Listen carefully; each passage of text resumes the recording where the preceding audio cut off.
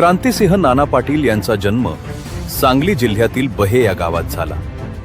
मात्र त्यांचं बालपण, शिक्षण आणि पुढील आयुष्यातील महत्त्वाचा काळ येडेमच्छिंद्र येथे गेला. त्यामुळे हे गाव त्यांच्या कार्याचा अविभाज्य भाग बनलं.